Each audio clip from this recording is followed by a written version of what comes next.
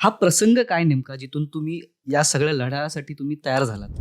मराठीच्या भाषा जतन संवर्धनाची चळवळ तिथून सुरू झाली. मराठी माणूस टक्का कमी होत चाललाय किंवा मागे पडत चाललाय, याच्या मागे कुठेतरी परप्रांतीयच आहेत आणि हाच मोठा पेच आहे असं तुम्ही म्हणताय का? हो, नक्कीच ना. तर मग मराठीच्या नावावर हे राजकीय पक्षांनी केलेलं राजकारण नाही का?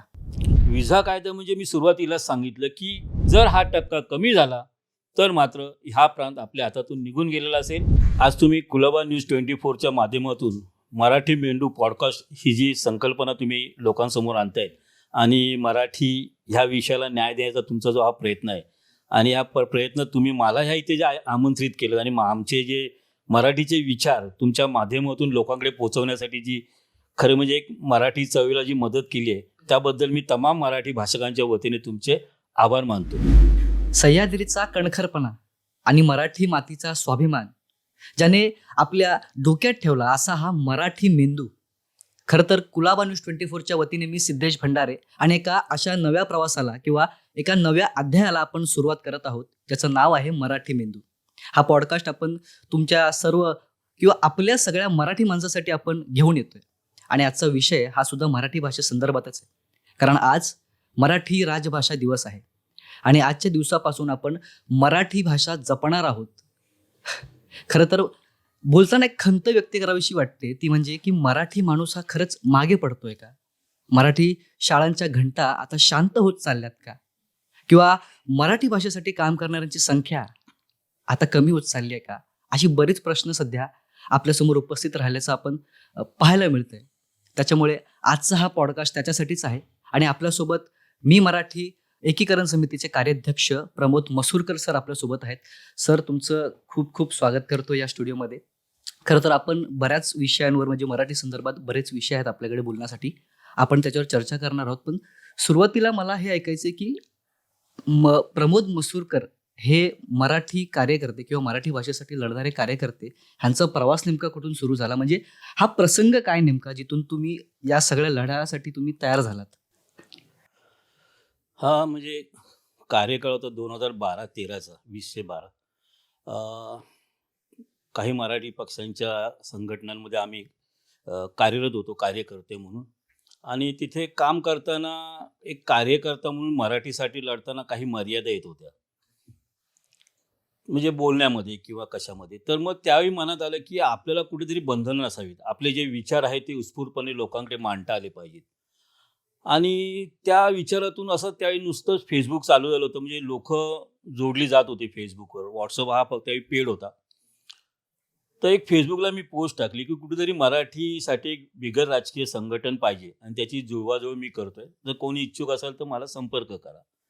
आणि त्याच्यातून एक 4-5 जणांनी संपर्क केला आणि तिथून मग ही सुरुवात झाली.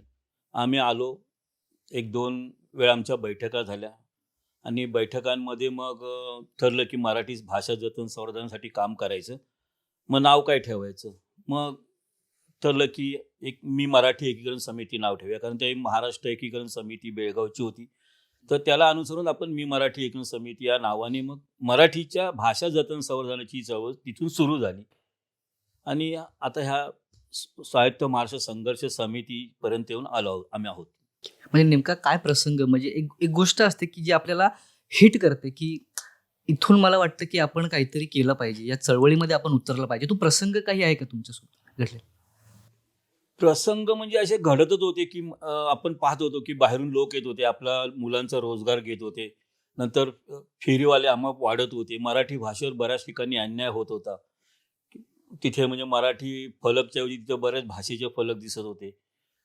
ते कुठेतरी खंत होतं की कुठेतरी ह्या गोष्टीला न्याय देण्यासाठी आपल्याला लढायला पाहिजे आणि ते लढायचं तर आपल्या विचारांनी लढायला पाहिजे.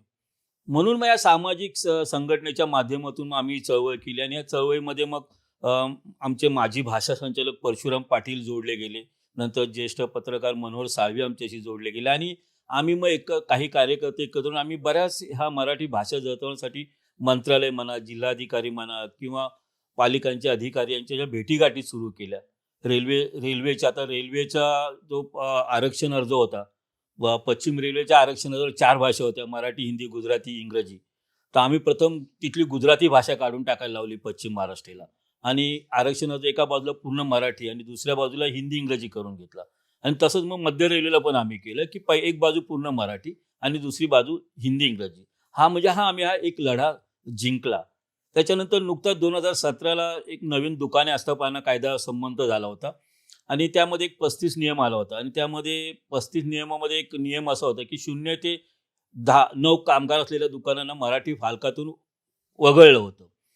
मग तो लढा आम्ही घेतला आणि मग त्या लढ्याच्या माध्यमातून आम्ही मंत्रालयापर्यंत गेलो होतो. इव्हन आता सांगायचं म्हणजे अजितदादांना आम्ही त्यावेळी भेटलो होतो. अजितदादांनी आमचा तो विषय ऐकला आणि मराठी प्रेम त्यांचं होतंच. त्यांनी त्वरित त्यावेळेचे जे तुकाराम काहीतरी नाव कुठे होते कामगार मंत्री, तर त्यांना विधान परिषद चालू असताना त्यांना फोन लावला की एक महत्त्वाचा विषय आणि काही संघटनेची मंडळी माझ्याकडे आले, तुम्ही भेट द्या. अजितदादांच्या त्या फोनने तुकाराम कुटेने आम्हाला इमिजिएट भेट दिली आणि तिथे आम्ही हा विषय त्यांना सांगितला. कुटेंनाही तो विषय पटला की 0 ते 9 कामगार असलेल्या दुकानं वगळायचं म्हणजे 80% जवळजवळ दुकानं वगळली गेली मराठी फलकातून आणि त्यांनी त्यावर कारवाई करण्याचे निर्देश त्यांच्या सचिवाला दिले. पण दुर्दैवाने नंतर सरकार बदललं गेलं आणि नंतर 2019 कोविड आला. तर कोविडच्या काळामध्ये पण हा विषय मग मागे पडला. पण जसा कोविड संपला तर आम्ही पुन्हा तो मराठी पाट्याचा 35 नियमाचा विषय घेऊन आम्ही त्यावेळेचे कामगार आयुक्त जाधवांना भेटलो. ते माझ्यासोबत परशुराम पाटील होते, माजी भाषा संचालक मनोहर साळवी होते आणि आमचे पदाधिकारी होते आणि कुठे आयुक्तांना पण तो विषय पटला. ते म्हणाले आमच्याकडे पण अनेक तक्रारी येत आहेत आणि मग त्यांनी सांगितलं की हा नियम आपल्याला बदलायला लागेल आणि मग त्यांनी एक पत्र पाठवलं मंत्रिमंडळ आणि मग उद्धव ठाकरेंच्या मंत्रिमंडळाने तो 35 नियम दुरुस्त केला आणि 36 काहीतरी करून त्यांनी सगळ्या दुकानांना मराठी फलक, म्हणजे हा पण आमचा एक लढा आम्ही जिंकलेलो आहोत. आणि ही सगळं करत असताना भाषेसाठी लढत असताना असा विषयाला किती तक्रारी करायच्या, किती निवेदनं द्यायची.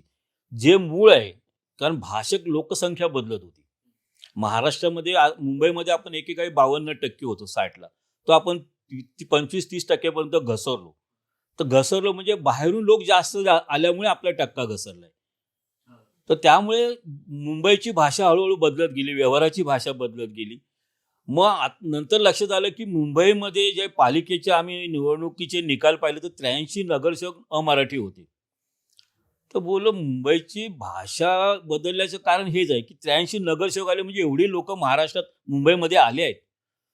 मग आम्ही तिथून मग मराठी उमेदवारच पाहिजे ही चळवळ आम्ही सुरू केली. निश्चितच घटनेमध्ये तसं काय रोखून, पण एक भावनात्मक आम्ही आव्हान करतो की इथला तुम्ही पैसे कमवायला आलात, पैसे कमवा, पण तुम्ही इथं राजकारण करू नका. सर्व पक्षांनी मराठी उमेदवार दिले पाहिजेत. हा विषय घेऊन आम्ही तिथे मग बरोबर 40 ठिकाणी आम्ही मुंबईसह महाराष्ट्र कृती समितीच्या माध्यमातून आम्ही हा विषय लावून धरला होता. त्याचा इफेक्ट लोकसभेला झाला, पण विधानसभेपर्यंत त्याची थोडंसं एक ग्राफ कमी झाला आणि आता तर नंतर पाहिलं की जोपर्यंत लोंढे थांबत नाहीत तोपर्यंत महाराष्ट्राचं भवितव्य सुरक्षित होणार नाही. म्हणून मग आता आम्ही त्या विषयांना मागे सारून लोंढे रोखायची तर घटनेत तरतूद केली पाहिजे. कारण आर्टिकल 19 जे आहे मूलभूत हक्क, की भारतीय नागरिकाला कुठे जाऊन व्यवसाय धंदा करायचा, राहण्याचे अधिकार जे दिले आहेत त्या अधिकारात उत्तरेकडील जी राज्य आहेत 10 राज्य, तेथील मोठ्या संख्येने लोक महाराष्ट्रात येत आहेत आणि त्या अधिकारात आम्ही भारतीय आहोत बोलत ते इथे येत आहेत आणि आज त्यांची संख्या वाढल्यावर त्यांनी मतदारसंघ तयार केले आहेत आणि आता ते सांगतात की आमची भाषा मातृभाषा हिंदी, आम्ही हिंदी बोलणार. म्हणजे कुठेतरी भाषावार प्रांतरचनेला हा तडा गेलेला आहे. कारण आपलं घटनेतलं जे पहिलं आर्टिकल काय सांगते की this is union of state, name is Bharat. म्हणजे भारत एक राज्यांची युनियन आहे, संघराज्य आहे. आणि 1956 साली घटना दुरुस्ती करून भाषावर सीमा केल्या. म्हणजे पूर्वी मुंबई प्रांत होता, तर त्या प्रांताचे जे मुख्यमंत्री मोरारजी देसाई होते, तर त्यांनी त्यांच्या त्या मुंबई राज्याचे 2 राज्यांमध्ये विभाजन झालं. मराठी भाषकांना महाराष्ट्र प्रांत मिळाला, कारण ह्या महाराष्ट्र प्रांतामध्ये आपण बहुसंख्याक मराठी होतो आणि हा मराठी भाषेचा प्रांत होता, अभिजात मराठी भाषेचा प्रांत, म्हणून महाराष्ट्र राज्य झालं आणि गुजराती भाषिकांना गुजरात मिळालं. म्हणजे भाषावर सीमा केल्या. पण त्यावेळी एक घडलं की ज्यावेळी 7वी घटना दुरुस्ती करताना भाषावर सीमा करताना त्याचा उल्लेख घटनेमध्ये केला नाही की आम्ही भाषावर सीमा करतो. त्यामुळे ह्या गोष्टीला थोडं मागे राहिलं की भाषावर सीमा. पण झाल्या भाषावर सीमा, कारण भाषावर सीमा करताना संसदेतल्या कुठच्या तरी चर्चेतून ते घडलेलं आहे. कुठेतरी म्हणजे सीमा करायची कुठेतरी तिथं निर्णय झाला असणार संसदेमध्ये, पण त्याची काही माहिती आपल्याला उपलब्ध होत नाही. आम्ही RTI पण टाकला होता की त्याबद्दलचा, पण आम्हाला ती माहिती उपलब्ध झाली नाही. पण भाषेवर सीमा झाल्या असताना तुम्ही इतर भाषेच्या प्रांतातील लोक जर तुम्ही दुसऱ्या भाषेच्या प्रांतात गेलात आणि तुम्ही बहुसंख्याक झालात, तर तिथल्या भाषा संस्कृतीवर आणि तिथल्या भूमिपुत्रांच्या रोजगारावर अतिक्रमण होणार आहे आणि तेच महाराष्ट्रामध्ये घडते. म्हणजे हा जो मराठी भाषा संदर्भातला जो पेच आहे, म्हणजे मुंबईकर म्हणा किंवा अख्खा महाराष्ट्रभर मराठी माणूस टक्का कमी होत चाललाय किंवा मागे पडत चाललाय, याच्या मागे कुठेतरी परप्रांतीयच आहेत आणि हाच मोठा पेच आहे असं तुम्ही म्हणताय का? हो, नक्कीच ना, की 2011च्या जनगणनेमध्ये महाराष्ट्राचा मराठी टक्का जो होता तो 69 म्हणजे 69% होता आणि 31% मराठी होते. आणि आज 2026 आहे. हे निवडून आलेले लोकप्रतिनिधी बघता मुंबईमध्ये गेल्या वेळेला 80, आता पण 80 नगरसेवक निवडून आले. मीरा रोडमध्ये 47, ठाण्यामध्ये 22 आणि आत्ताच्या विधानसभेमध्ये जवळजवळ 30च्या आसपास मराठी आमदार आहेत. तर ह्या संख्या ज्या वाढल्या त्या बाहेरून स्थलांतरित आलेल्या लोकांमुळे. आणि जर आपण स्थलांतरितांचा जर इतर राज्यांचा ग्राफ पाहिला तर महाराष्ट्राचं वाढलेली जी संख्या आहे ती बाहेरच्या लोकांमुळे वाढलेली दिसून येते. सर, एक ह्यालाच धरून एक प्रश्न आहे. मग असे तुम्ही 1956 सालचा उल्लेख केला. आपण थोडं पाठी जाऊयात. जेव्हा, म्हणजे मी असं म्हणणार नाही की भारताची फाळणी धर्माच्या नावावर झाली, पण जेव्हा आपली फाळणी झाली तेव्हा मुस्लिम तिकडे गेले आणि बहुतांश म्हणजे मुस्लिम तिकडे गेले आणि काही ते राहिले. तेव्हा मग त्या काळच्या सत्ताधारी पक्षाला अशी एक भीती होती, किंवा नाव घेतो काँग्रेसला, अशी भीती होती की पुढे भाषिक म्हणजे भाषेच्या आधारावर विभागणी झाली तर, देशाची फाळणी झाली तर, म्हणून मग त्यांनी ही भीती व्यक्त केली होती. त्याच्यामुळे असा प्रश्न आता सुद्धा बरीच लोक उपस्थित करतात की भाषिक अस्मिता ही देशाच्या एकात्मतेला म्हणजे शत्रू आहे का देशाच्या एकात्मतेचा? ह्याच्यावर कसं बघता? तुमचा जो प्रश्नाचा रोग आहे धर्माच्या दृष्टीने, पण मी थोडा वेगळ्या दृष्टिकोनातून हा विषय सांगतो की 1947 पूर्वी भारत नव्हता. त्यावेळी 720 संस्थानं होती आणि त्या संस्थानाचे नागरिक वेगळ्या भाषेचे होते. म्हणजे ब्रिटिशांनी ह्या संस्थानांवर, इथल्या प्रांतांवर अधिपत्य गाजवण्यासाठी एक ब्रिटिश इंडिया म्हणून स्थापन केलं होतं आणि त्याच्यामध्ये सगळे प्रांतीय योजना करून त्यांनी व्हाईसरॉय त्यांचा कंट्रोल करायचा. तर 1947 पूर्वी भारत नव्हता. कोण होते? तर इंग्रजांचं अधिपत्य होतं. तर इंग्रजांच्या विरोधात कोण लढले? हिंदू लढले, मुस्लिम लढले, शीख लढले, सगळे लढले ना. आणि जे सगळे एकत्र लढताना इंग्रज निघून गेल्यावर मग प्रश्न आला की भारत करायचा आहे. मग त्यावेळीच्या परिस्थिती, आता आपण त्यावेळी नव्हतो, आपण सगळे संदर्भ देत होते त्यावेळेच्या लोकांचे. तर त्यावेळेच्या लोकांचे आपण जे संदर्भ देतो, तो ज्याचा संदर्भ देतो तो कोणत्या विचाराचा मला माहीत नाही, पण आपण एकूण परिस्थितीचं आकलन केलं तर असं की त्यावेळी मुस्लिमांची बहुसंख्य इथे आले होते. ते त्यांनी स्वतःचा वेगळा प्रांत मागितला आणि मग त्यावेळेच्या परिस्थितीनुसार त्यावेळी जे घडलं ते आपण आता इतिहास वाचतो, कोणीतरी लिहिलेलं तो त्याच्यावरून सांगतो की त्यांना पाकिस्तानहून आपण एक वेगळा भाग दिला आणि इकडचा भाग हा बहुसंख्याक हिंदू म्हणून इथं राहिलेलो आहोत. पण इथे राहिल्यानंतर ते सगळं धर्माचे लोक त्याही होतेच. त्यामुळे भारत जे पहिलं आपलं जे आहे की this is union of state, नेहमीच भारत. त्यामुळे राज्यांचं हे संघ तयार आपण केला, भाषिक युनियन, आणि तो कुठे धर्माच्या आधारावर झालेला दिसत नाहीये. पण आता काय राजकारण आहे, आपल्याला त्या राजकारणात जायचं नाही आणि आमचा जो लढा आहे तो महाराष्ट्राचा आहे. आम्ही महाराष्ट्रापुरता विचार करतो. भारताच्या सीमांचं रक्षण करण्यासाठी आपलं मराठी रेजिमेंट आहे तिकडे, आम्ही लढतो. पण महाराष्ट्राच्या सीमांचं पण आम्हाला रक्षण करायचं आहे, कारण ही भाषावर प्रांत रचना झालेली आहे आणि ही भाषिक प्रांत आहे. आणि मराठी ही अभिजात भाषेचा प्रांत आहे. म्हणजे 2500 वर्षापासून मी मराठी आहे. भारतीय मी 1947 साली झालो, बरोबर. त्याच्या आधीपासून कोण आहे? आम्ही मराठी आहोत. तर मराठी पण जपणं आम्हाला आवश्यक आहे. ते कधी जपणार? जर आम्ही तर बहुसंख्याक असू. भाषा ही प्रांताची असते, जाती धर्माची नसते. तर मराठी भाषेच्या प्रांतात राहणारे सर्व मराठी. म्हणजे आम्ही मराठीची व्याख्या करताना आम्ही ते सांगतो. म्हणजे आम्ही ज्या विजा कायदा वगैरेच्या ज्या मागण्या आता करतो आहोत त्या मागण्यांचा मागे मराठी म्हणजे कोण ही आमची व्याख्या आहे की प्रत्येक राज्याच्या राज्य निर्मितीपासून त्या राज्यात जे लोक राहत होते ते स्थानिक. म्हणजे महाराष्ट्रामध्ये 1960 सालाच्या पासून, म्हणजे त्या आधीपासून जे लोक राहत होते, मग ते कोणत्याही जाती धर्माचे असोत, ते मराठी. आणि इथले जे शासकीय अधिकार, नागरिकत्व हे त्यांनाच मिळालं पाहिजे. त्याच्यानंतर जे लोक महाराष्ट्रामध्ये आले आहेत पैसा कमवायला, त्यांना आम्ही इथले नागरिकत्व देणार नाही, त्यांना आम्ही मराठी बोलणार नाही. ते पैसा कमवायला आले. तर त्यांना आम्ही काही काढणार नाही. तुम्ही इथे राहू शकता, पण तुम्हाला इथे शासकीय अधिकार, मतदान वगैरे मिळणार नाही. मग मला थोडक्यात तुमची म्हणजे मी मराठी एकीकरण समिती किंवा महाराष्ट्रभरात असलेल्या ज्या मराठी समित्या आहेत किंवा अभ्यास केंद्र आहेत, मराठीसाठी लढणाऱ्या ज्या संघटना आहेत, त्यांची नेमकी कार्यपद्धती काय किंवा तुमची कार्यपद्धती नेमकी कशी आहे? तुम्ही कसं काम करताय ओव्हरऑल लेवलला? बघा, आता मी मराठी समिती ही आम्ही आज एक सायलेंट ठेवलेली आहे. तिच्या माध्यमातून आम्ही फक्त असे अ, स- अ, प्रबोधनात्मक आम्ही 2-3 वेळा स्मरणिका काढल्या, रोजगार मेळावे घेतले आणि विविध कार्यक्रम करतो. पण आता नंतरच्या काळामध्ये अनेक संघटनांशी मी जोडलो, मार्गदर्शक म्हणून जोडलो गेलो असलो तरी माझा आत्ताचा म्हणजे मी हा चळवळीत काम करताना माझे जे विचार आहेत, माझे वैयक्तिक, की ह्या महाराष्ट्राला जर वाचवायचं असेल तर बाहेरच्या राज्यातून येणारे लोंढे रोखणं अपेक्षित आहे.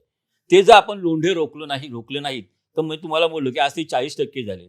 आले ते 40% आज आले, त्यांच्या कुटुंब आता वाढतायत आणि अजून नवीन लोक येत आहेत. म्हणजे परराज्यातून येणाऱ्या लोकांच्या संख्येची वाढण्याची जी हे आहे मार्ग, ते 2 प्रकारे आहेत. एक आलेल्यांची कुटुंब वाढतात आणि नवीन लोक येत आहेत. पण मराठी जे स्थानिक आहेत, जी नैसर्गिक लोकसंख्या इकडची मराठी लोकांची, ती आम्ही कुटुंब पद्धतीमुळे 1-2 मुलांच्या पुढे जात नाही आहोत.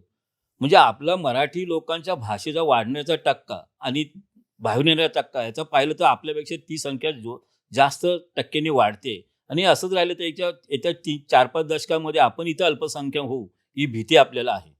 सर, आणखी एक विषय आहे की मराठी शाळा म्हणजे काल परवाचीच एक बातमी आहे की मराठी शाळा म्हणजे 57 मराठी शाळा बंद होणार आहेत आणि महाराष्ट्रभरात एकूण 18,000 मराठी शाळा बंद होण्याची भीती सुद्धा व्यक्त केली.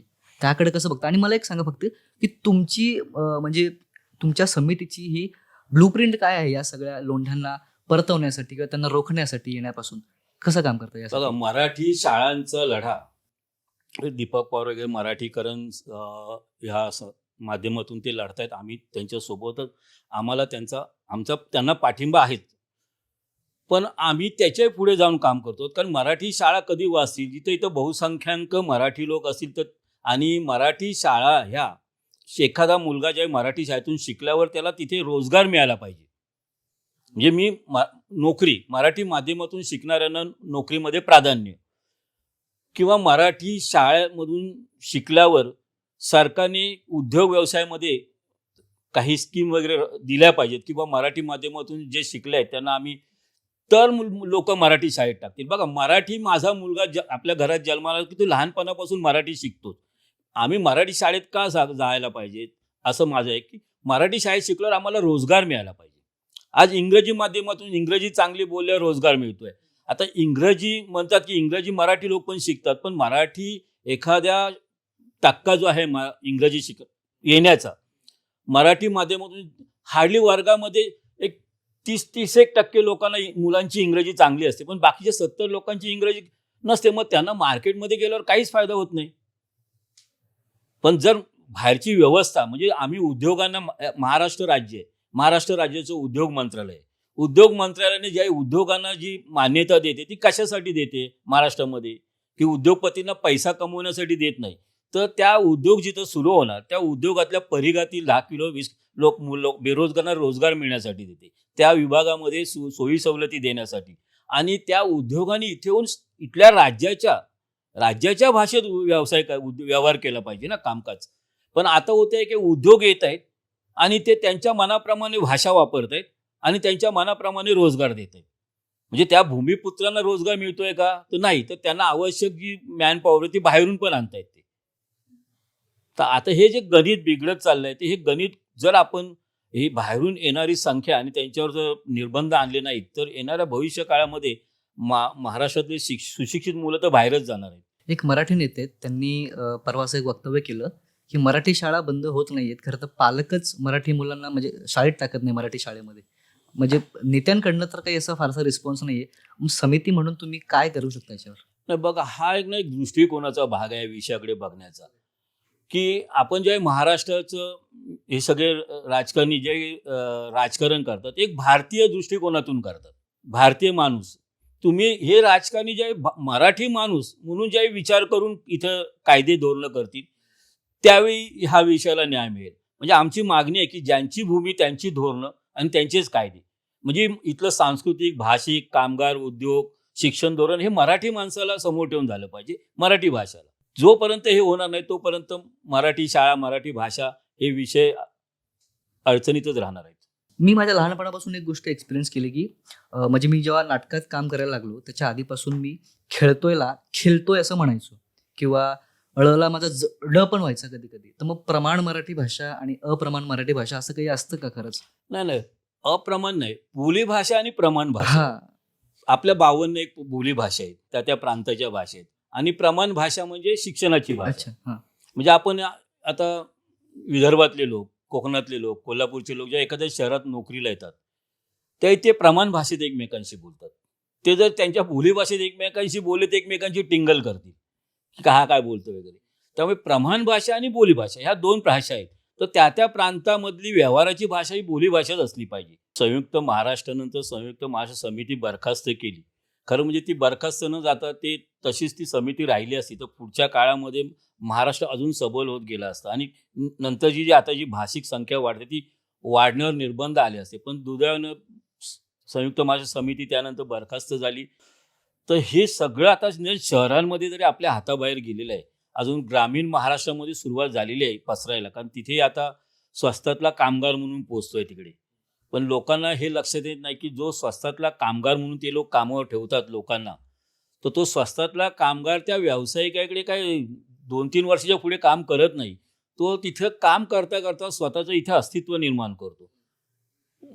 पैसा कमवतो, भाड्याने घर घेतो, मग आधार कार्ड काढतो, पॅन कार्ड काढतो, नंतर मतदार होतो तो. आणि मतदार झाल्यावर त्याची संख्या वाढवतो, त्याचा दबाव गट करतो. हे चित्र जे आता पुढे चाललंय ना, हे कुठेतरी रोखलं नाही आताच्या घडीला, तर मात्र येणारं 15-20 म्हणजे 2-4 दशकांमध्ये आपले कठीण होणार आहे महाराष्ट्रामध्ये. तर आज मुंबईची लोकसंख्या जवळजवळ 2 करोडच्या आसपास झाली आहे. ह्या लोकसंख्येला कंट्रोल करायला किती मॅन पॉवर आहे पोलिसांची किंवा पालिकेची? एवढ्या 2 करोड लोकांचा कचरा पालिका कशी उचलणार? ते नवीन जे रिअल इस्टेट उभे राहत आहेत आणि त्यांना रिअल इस्टेटला पूरक मेट्रो स्टेशन बांधली जातात, मेट्रो काय चाललंय? कोणाचाही याच्यावर कंट्रोल नाहीये. बरं, ही नवीन रिअल इस्टेट जी तयार होते ती कोणासाठी तयार होते? स्थानिकांसाठी होते का? काल परवा आलेले लोक अधिवास दाखला घेतात आणि म्हाडाची आणि सिडकोची घरं घेऊन तिथे राहायला जात आहेत. झोपडपट्टी पुनर्विकासामध्ये आता नवी मुंबईमध्ये ते होते की झोपडपट्टी पुनर्वसन होते, फुकट घरं दिली जात आहेत. म्हणजे आपल्या जे राजकीय नेते आहेत त्यांचं जे ह्या विषयाकडे पाहण्याचा दृष्टिकोन हा भारतीय असल्यामुळे सगळं घडते. त्यांचा जर त्या विषयाकडे पाहण्याचा मराठीचा दृष्टिकोन असता तर त्यांनी फक्त मराठी लोकांसाठी घरं, मराठी लोकांसाठी नोकऱ्या हे विषय घेतले असते. जोपर्यंत आपले जे नेते आहेत किंवा आपले लोकप्रतिनिधी हे स्वायत्त महाराष्ट्राचा विचार करणार नाही ना, तोपर्यंत महाराष्ट्राला आपण न्याय देऊ शकणार नाही. हे जी सरकारी कागदपत्र दिली जातात म्हणजे आधार कार्ड असेल, डोमासाईल असेल किंवा अशी बरीच कागदपत्र आहे, त्यात ती म्हणजे सरकारकडनं किंवा अधिकाऱ्यांकडनं सर्रासपणे दिले जातात. मग हे अधिकारी नेमके इतके शंड काय असं सुद्धा प्रश्न सध्या उपस्थित केला जातोय. त्याच्यावर कसं बघता? बरोबर आहे तुमचा प्रश्न की सरकारने कायदे केले, त्या कायद्यांची पालन या अधिकाऱ्यांनी करायला पाहिजे. पण या अधिकारी जे आहेत शासकीय अधिकारी हे आताचा विचार करतायत. त्यांना आज पोस्टिंग मिळाले, मला आज पैसा मिळतोय ना, मी कमवून घेतो. पण हे तुम्ही जे म्हणत खरोखर शंड आहेत की त्यांना स्वतःच्या भाषा, संस्कृती आणि या जमिनीचा अभिमान नाहीये. ह्या मातीमध्ये जी भाषक संख्या बदलते ती ह्या शंड लोकांमुळे बदलते. कारण ते लोक यांना अधिकार देत आहेत, डोमेसाईल देत आहेत, आधार कार्ड देत आहेत आणि तो आलेला बाहेरचा मनुष्य ते अधिकार घेऊन इथे स्थायिक होतोय, मतदार होतोय आणि तो त्यांची संख्या वाढवतोय. ह्या अधिकाऱ्यांच्या लक्षात येत नाहीये. त्यांना वाटते की मी आज पैसा बनवतो. तुम्ही पैसा किती कमवणार? तुम्ही काय अंबानी अदानी होणार आहात का पैसा कमवून? आणि तो पैसा काय तुम्ही मेल्यावर घेऊन जाणार आहात? पण तुम्ही ज्या पैशातून एक विकताय ना, ती तुम्ही ह्या मातीला विकताय. तुम्ही तुमच्या पिढ्यांचं, तुमच्या मुलाबाळांचं नुकसान करताय. कारण येणाऱ्या काळामध्ये हेच वाढलेली संख्या तुमच्या मुलाबाळांना इथून लाथा घालून बाहेर काढणार आहे. तर ह्या अधिकाऱ्यांनी आत्ता विचार करायला पाहिजे की मी माझ्या मातीसाठी काम करायचं की माझ्या मुलाबाळांसाठी काम करायचं की या येणाऱ्या उपऱ्यांच्या काही पैशांसाठी मी विकलं जायचं. यालाच धरून एक विजा कायदा म्हणून सध्या खूप म्हणजे चर्चा चालली होती आणि आय गेस तो तुमचाच विषय खूप महत्वाचा. तो जरा मला सविस्तर सांगा म्हणजे प्रेक्षकांना सुद्धा समजेल की नेमकी काय मागणी आहे तुमची ती. विजा कायदा म्हणजे मी सुरुवातीलाच सांगितलं की घटना ही नैतिक अधिकार देते. आता घटना म्हणजे काय की घटना ही घटना समितीने म्हणजे लोकांनी लोकांच्या हितासाठी तयार केलेले कायदे नियम आहेत. म्हणजे त्यावेळी बाबासाहेबांनी आणि घटना समितीने जगभरातले जे प्रगत देश आहेत त्यांच्या कायद्या नियमांचा अभ्यास केला आणि आपल्या ह्या बहुभाषिक प्रांतांच्या मध्ये त्यांनी एक खुबीने बसवली ती घटना आणि प्रत्येकाला तिथे अधिकार कसे मिळतील त्याचे ते त्यांनी दिले. पण ही सगळी घटना लोकांनी लोकांच्या हितासाठी बनवली होती आणि त्या घटनेमध्ये आतापर्यंत 100च्या वर दुरुस्त्या झाल्या. तर त्याच घटनेमध्ये जे आर्टिकल 19 आहे, अनुच्छेद 19, त्यामध्ये भारतीय नागरिकाला कुठे जाऊन राहण्याचा, धंदा व्यवसाय करण्याचे अधिकार दिले. खरे तर हे नैतिक अधिकार आहेत आणि त्या नैतिक अधिकारातून कायदे तयार केले जातात. पण होते की त्या नैतिक अधिकारामध्ये उत्तरेकडच्या आज 75-76 वर्ष झाली भारताच्या निर्मितीला, तिकडच्या राज्यांचा विकास होत नाहीये आणि तेथील लोक मोठ्या संख्येने विस्थापित होत आहे आणि त्याचे जास्त लोढा महाराष्ट्रामध्ये येतोय. कारण दक्षिणेत जात नाही, कारण तिथे त्यांना भाषेची आणि तिथल्या कडवट अभिमानाची त्यांना त्रास होत आहे. कारण 2 वर्षापूर्वी तमिळनाडूमध्ये तिथल्या स्थानिकांना 1200 रुपये रोजंदारी मिळायची. हे जाऊन तिथे जाऊन 800 रुपये घ्यायला लागल्यावर त्या तमिळने त्यांना मारून झोडून पाठवलं. नंतर ते प्रकरण दाबलं गेलं. ती तमिळच्या राज्यकर्त्यांनी, ती जर आपल्याकडे घडलं असतं तर आपल्या कार्यकर्त्यांना आत टाकलं गेलं आपल्या राज्यकर्त्यांनी. तर अशी भाषिक अस्मिता जर आता बदलत चालली आहे, कारण बाहेरून आलेल्यांची संख्या आता 40% झाली आहे. उद्या ती 60 होईल आणि आपण 40% होऊ. आपल्या राज्यावरचे आपले अधिकार कमी होणार आहेत. विधानसभेमध्ये याचे प्रतिबिंब आहेत. उद्या जो विधानसभेत त्यांची संख्या वाढली तर उद्या मुंबई राज्य जे त्यांचा आता MMLSR जो भाग आहे तो वेगळाच करायचं त्यांचं षडयंत्र आहे. मुंबईचा जो विकास होतोय आपण पाहतोय, म्हणजे विकास काय होतोय तर मेट्रोचं जाळं विणलं जाते, रस्ते मोठमोठे रस्ते बांधले जात आहेत. पण दुसरीकडे तुम्ही स्थानिकांना काही रोजगार देताय का? जे उद्योगधंदे होते, जी कुटुंब पद्धत होती ती तुमच्या ह्या कंत्राटी कामगारांच्या पद्धतीने मोडीत निघाली आहे. कुटुंब व्यवस्था कधी टिकते? जेव्हा एखाद्या कुटुंब प्रमुखाला एक स्टेबल रोजगार मिळतो. म्हणजे त्याला माहित असते की मी 20-25 वर्ष ह्या आस्थापनेत काम करणार. तेव्हाही तो एक त्याच्या पुढचं प्लॅनिंग करू शकतो मुलांचं वगैरे. किंवा खाजगी कंपन्यांमध्ये एकदा PF कापला की तो तिथं परमनंट होता. म्हणजे त्याला स्टेबल होते की ही कंपनी मला सहसा काढू शकणार नाही जोपर्यंत मी चूक करत नाही. पण आज कंत्राटी पद्धतीमध्ये काय झालंय की जे आपले उद्योग होते त्यांचं विकेंद्रीकरण झाल्यामुळे कंपनी, म्हणजे एक उदाहरण द्यायचं झालं तर उद्या आपण बाटा कंपनीचं देऊ. पूर्वी बाटा कंपनीमध्ये जे काही शूज बनले जायचे ते सगळे डिपार्टमेंट्स होती तिथे. पण नंतर 80-90च्या दशकानंतर असं झालं की त्या कंपनीने सोल बनवायला, वरचं फ्लॅप बनवायला वेगळ्या काय ना उद्योग व्यावसायिकांना ऑर्डर्स दिल्या. म्हणजे कंत्राटी पद्धतीने त्याने काम, म्हणजे व्यावसायिकांकडनं काम करून घ्यायला लागलं. त्यामुळे आतली जी खाती होती ती बंद झाली. मग त्या खात्यांचे जे इंजिनियर होते तेच बाहेर जाऊन व्यावसायिक झाले.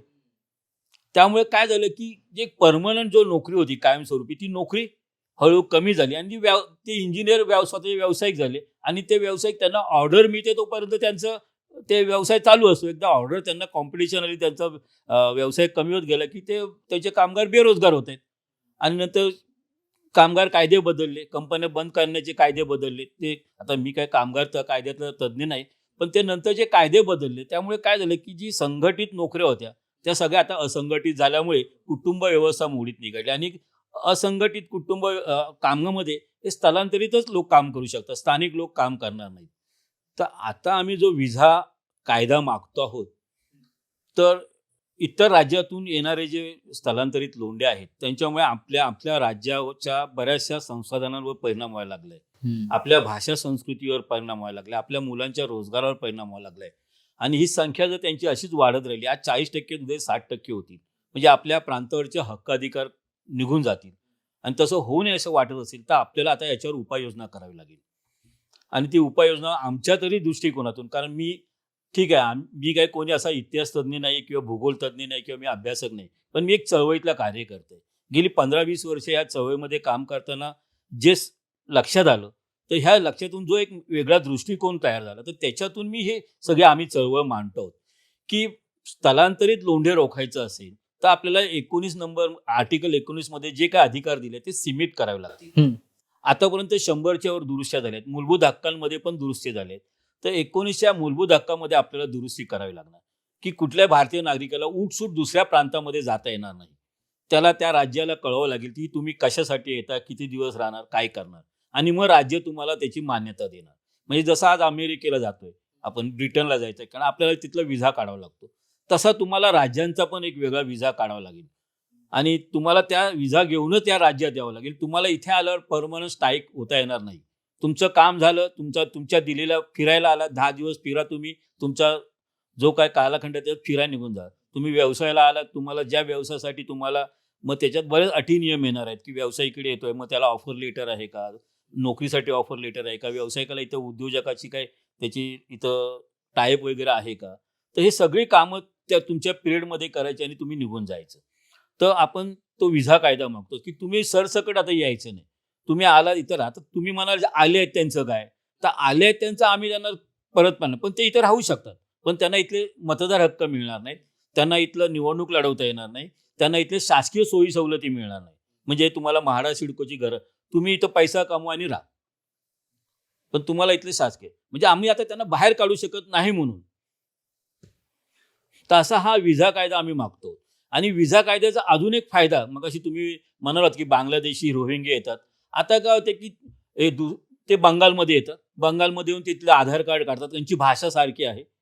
ते बंगालमध्ये येऊन भाषा तिथे स्वतःचं अस्तित्व निर्माण करतात आणि हावडा ट्रेन पकडून डायरेक्ट महाराष्ट्रात येतात. मध्ये कुठे त्यांना अडवलं जात नाही. जर बांगलादेशी बंगालमधून जर एंट्री केली, त्यांनी जर भारताचा नागरिकत्व बंगालचं आधार कार्ड वगैरे काढलं, तर त्याला तिथे अडवलं जाणार बाउंड्रीवर. म्हणजे येणाऱ्या एखादं राज्य लागते तिथे पण त्याला अडवलं जाणार, की तुझा विजा नाही आमच्या राज्याचा, तुला महाराष्ट्रात जायचं तर महाराष्ट्राचा विजा दाखव. म्हणजे महाराष्ट्रामध्ये बाहेरून कोणीही येत असेल, मग तो उत्तर भारतीय असो किंवा परदेशी असो, त्याला महाराष्ट्राच्या सीमेवर रोखलं जाणार. प्रत्येक राज्याच्या सीमेवर रोखलं जाणार. त्यामुळे तिथल्या भाषिक लोकसंख्येवर त्याचे परिणाम होणार नाही. तिथल्या स्थानिकांवर काही परिणाम होणार नाही. आणि आम्ही भारतीय नागरिकांना रोखत नाही होत ना. तुम्हाला आम्ही विजा देणार, पण तुम्हाला परवानगी घेऊन यावं लागणार आणि इथेच तुम्हाला स्थायिक होता येणार नाही. बाकी भारतीय व्यवस्थेमध्ये काहीच फरक होणार नाही. बाकी ते तसंच राहणार आहे. तर आम्ही ते विजा मागतो आणि दुसरं राज्यांचं नागरिकत्व मागतो. तर राज्यांचं नागरिकत्व अनेक देशांमध्ये पण आहे, ड्युअल नागरिक असतो. तर तुम्ही प्रत्येक राज्याचं नागरिकत्व दिलं तर तो त्या राज्यातला नागरिकत्व त्याला तिथल्या सोयी सवलती, मतदान हक्क शासकीय मिळणार, बाहेरच्याला नागरिकत्व मिळणार नाही. हे 2 कायदे जर झाले तर ह्याचा फायदा सगळ्या भाषिक राज्यांना होणार आहे. जी अविकसित राज्य आहे तिथले लोक रोजगार मिळत म्हणजे स्थलांतर करतात. उलट ते मग त्यांचा दबाव वाढवतील त्यांच्या राज्यकर्त्यांना, म्हणून त्या राज्यांना विकसित व्हावं लागेल. म्हणजे याचा फायदा प्रत्येक भाषिक राज्याला होणार आणि भाषा संस्कृतीला होणार. कारण त्यांना त्यांच्या भाषा लोकांना भाषा संस्कृतीवर काम करून चांगल्या प्रकारे भाषा संस्कृतीला उज्ज्वल भवितव्य देता येईल. तर ह्या 2 मागण्यांसाठी आम्ही लढतो आहोत. कारण ह्या मागण्या जर होणार नसतील आणि ॲज इट इज जे आता चालू आहे उठसूट महाराष्ट्र, तर येत्या 25-30 वर्षामध्ये महाराष्ट्र मराठी लोकांच्या हातातून गेलेलं असेल. महाराष्ट्राचं जे मराठी पण आहे ते सगळं निघून गेलं असेल आणि प्रांताची भाषा असते. जर मराठी भाषेचा प्रांत जर मराठी भाषिकांच्या हातून गेला तर भाषा ही मूर्तावस्थेकडे जायला सुरुवात होईल. ह्यालाच धरून आणखी एक प्रश्न होता की मराठी माणूस हा आळशी आहे असं म्हटलं जातं, किंवा मराठी माणूसच मराठी माणसाचे पाय खेचतो असं सुद्धा म्हटलं जातं. ह्याच्याकडे म्हणजे कसं बघायचं नेमकं आता? आम्ही जे मराठी चळवळीतून काम करतो आणि सोशल मीडियावर लिहितो त्यावेळी अनेक जण हे टोमणे आम्हाला मारत असतात. तर आम्ही त्याची उत्तर नेहमी देतो असं की मराठी माणूस आळशी आहे म्हणून महाराष्ट्र विकसित झाला का? एखादे स्थलांतर कुठे होते? विकसित राज्यात होते ना, विकसित प्रांतात. म्हणजे भारतातले लोक महाराष्ट्र प्रांतात कसे आले? मराठी आळशी होते तर महाराष्ट्राचा विकास झाला नसता. बघा, प्रत्येक राज्यातला स्थानिक हा असाच असतो आणि विकसित राज्यातले लोक ही खालची कामं करत नाहीत. ती कामं करण्यासाठी मग बाहेरून लोक आणावी लागतात. आणि आज ते झालं की विकसित राज्य इथे शिक्षणाचा सुशिक्षित टक्का वाढल्यामुळे लोक ग्रॅज्युएट झाले, काय झाले की तो खालची कामं करायला बघत नाही. त्याचा समाज तिथे असतो. उद्या त्याच्या समाजामध्ये जर लग्न व्यवस्था वगैरे असते तर आई वडील पण तेच विचार करतात, किंवा तो मुलगा की मी वडापाव विकतोय किंवा मी झाडू मारतोय तर मला मुलगी देईल का वगैरे. हे स्थानिक प्रश्न प्रत्येक राज्यामध्ये असतात. त्या विकसित राज्यात तर असं, जसं इंग्लंडमध्ये ब्रेक्झिट झालं ब्रिटनचं, ते ह्याच माध्यमातून झालं होतं की बाहेरचे लोक तिथं जायला लागले आणि काम करायला लागले. मग त्यांनी तो युरोपियन याच्यातून युनियनमधून ब्रेक्झिट घेतली होती. तर आपल्याकडे आता विकसित महाराष्ट्रामध्ये तुम्ही येत आहे, तुम्ही मराठी लोक आळशी आहेत. आतापर्यंत रोहिओची कामं कोण करत होती? म्हणजे 90च्या दशकापर्यंत सगळी कामं मराठीच, कष्टाची कामं पण खालची कामं आम्हीच करत होतो. पण तुमच्या राज्यात काही मिळत नाही म्हणून तुम्ही इकडे आलात आणि तुम्ही काही करून कुठे अनधिकृत राहून झोपडपट्ट्या बांधून गटागटाने राहून तुम्ही आमच्या कामाचं मूल्य कमी केलं. हम्म. तुम्ही आमच्या कामाचं मूल्य केलं, कामाचे तास वाढवले, कारण तुम्हाला इथं घरदार नाही. जे स्थानिक मनुष्य, मग कुठल्याही राज्यातला स्थानिक मनुष्य हा एका ठराविक पिरियडमध्येच 7 तास 8 तास काम करणार. पण तो ज्या दुसऱ्या प्रांतात जातो पैसा कमवायला, ते त्याला जबाबदाऱ्या नसतात, त्यामुळे तो किती काम करतो. तसं महाराष्ट्राचं झालंय की मराठी माणूस जे कुठे नोकरी बघणार, तर तो एक 7-8 तासाची वगैरे नोकरी बघणार. आणि तो काय बघणार की मला किती वर्ष इथं काम मिळेल. तो म्हणजे आता माझं वय 25 आहे, मला एखाद्या कंत्राटी कामामध्ये मला जॉब मिळाला आणि उद्या ते 5 वर्षांनी बंद झालं, ते कंत्राट गेलं, मग 30व्या वर्षी त्याला दुसरी नोकरी कुठे मिळणार. मग तो त्याच्या मुलांचं भवितव्य कसं ठरवणार, नियोजन कसं करणार त्याच्या शिक्षणाचं.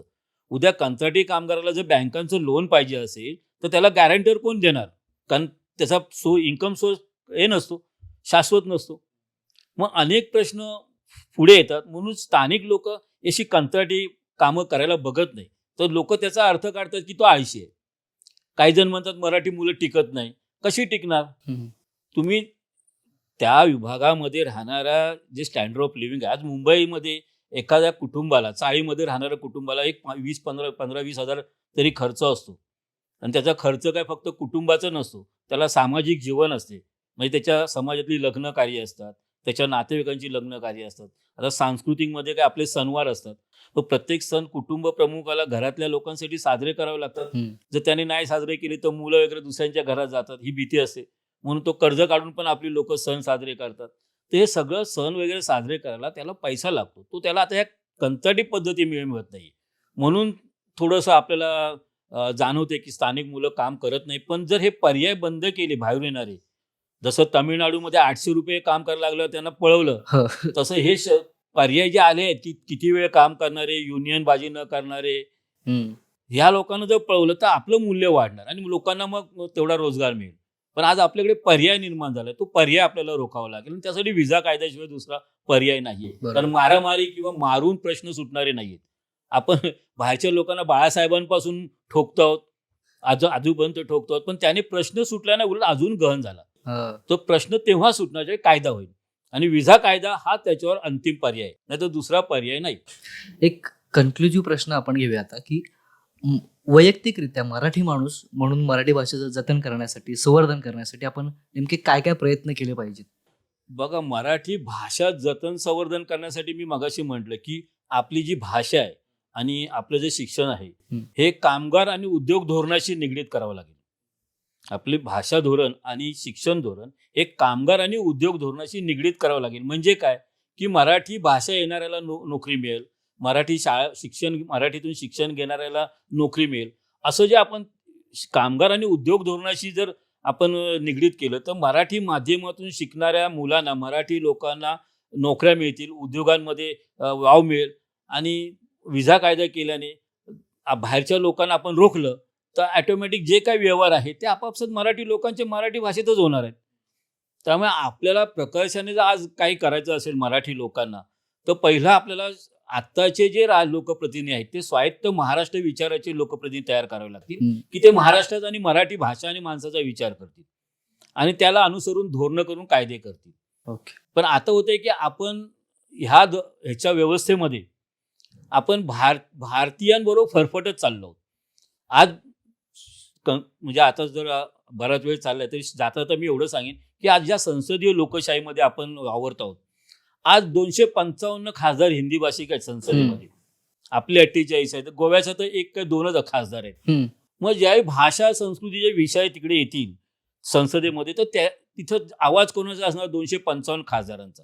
मग जेव्हा आपण एखाद्या युनियनचे किंवा सोसायटीचे सदस्य असतो, मग त्या सोसायटीमध्ये राहणाऱ्या किंवा युनियन मधला एखादा श्रीमंत असेल, गरीब असेल, तरी दोघांचे अधिकार एक असतात.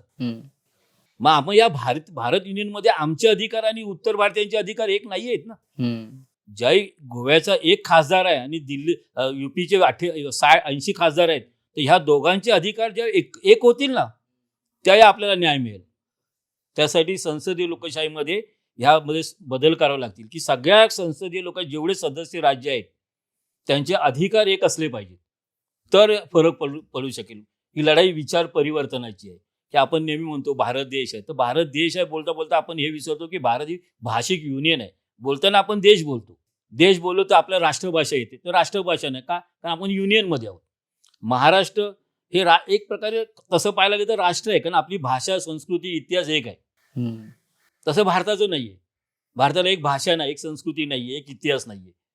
मग आपली भाषा, संस्कृती, इतिहास जर टिकवायचा असेल तर हे राज्य, हे प्रांत आपल्या ताब्यात राहिलं पाहिजे. आणि ते आपल्या ताब्यात तेव्हाच राहील जेव्हा मराठी लोक इथे बहुसंख्याक असतील. आणि जर हा टक्का कमी झाला तर मात्र हा प्रांत आपल्या हातातून निघून गेलेला असेल आणि आपण आपल्या राज्यामध्ये उपरे झालेलो असू. आपण इथेच थांबूया या चर्चा. जसं सरांनी सांगितलं की ही विचार परिवर्तनाची लढाई आहे आणि या फक्त गप्पा नाहीत. खरं तर ही प्रत्येक मराठी माणसाला साध या ठिकाणी आमच्या दोघांतर्फे किंवा मराठी मेंदू या टीमतर्फे आपल्याला मराठी माणसाला घालण्यात आलेली साध आहे. त्याच्यामुळे हा जो पॉडकास्ट आहे हा संपूर्ण मराठी माणसासाठी आहे. हा पॉडकास्ट सर्वात जास्त शेअर करा, आपल्या चॅनलला लाईक, शेअर, सबस्क्राईब सुद्धा करा आणि पाहायला विसरू नका पुढचे एपिसोड. धन्यवाद.